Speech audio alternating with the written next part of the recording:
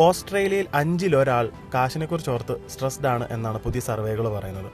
15% ആൾക്കാരും പറയുന്ന ഒരു പോയിന്റ് എന്ന് പറയുന്നത് അവർ ഓൾറെഡി കടക്കണിയിലാണ്, അല്ലെങ്കിൽ അവരുടെ കടം വർദ്ധിച്ചുകൊണ്ടിരിക്കുകയാണ്, അത് അവർക്ക് തടയാൻ സാധിക്കുന്നില്ല, അതിലേക്കൊന്നും അവർക്ക് ഇംപ്ലിമെന്റ് ചെയ്യാൻ സാധിക്കുന്നില്ല എന്നാണ് അവർ പറയുന്നത്. 20% ആൾക്കാരും പറയുന്നത് ഞങ്ങൾ നേരത്തെ സേവ് ചെയ്തുകൊണ്ടാണ് ഇരുന്നത്, പക്ഷേ ഇപ്പോൾ ഞങ്ങൾക്ക് സേവ് ചെയ്യാൻ പറ്റുന്നില്ല, അതിൻ്റെ ഒരു സേവിങ്സ് സത്യം പറഞ്ഞാൽ പുറകോട്ടാണ് പൊയ്ക്കൊണ്ടിരിക്കുന്നതെന്നാണ് പറയുന്നത്.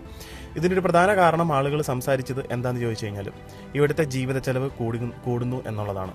ഓസ്ട്രേലിയയിലെ ജീവിത ചെലവ് ഒരു രക്ഷയില്ല, ലിവിങ് കോസ്റ്റ് ഹൈ ആണ് ഇപ്പോൾ നിൽക്കുന്നത്.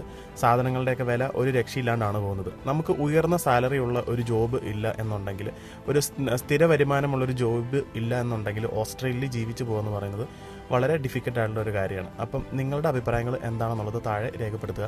ഇന്ത്യയിൽ നിന്നും മറ്റുള്ള ലോകത്തിൻ്റെ ഭാഗങ്ങളിൽ നിന്നും ഓസ്ട്രേലിയയിലേക്ക് വരാനിരിക്കുന്ന ആളുകൾ ഒരുപാട് പേരുണ്ട്. അവർക്കെല്ലാവർക്കുമായിട്ടും ഞാനിത് സമർപ്പിക്കുന്നു. ബൈ.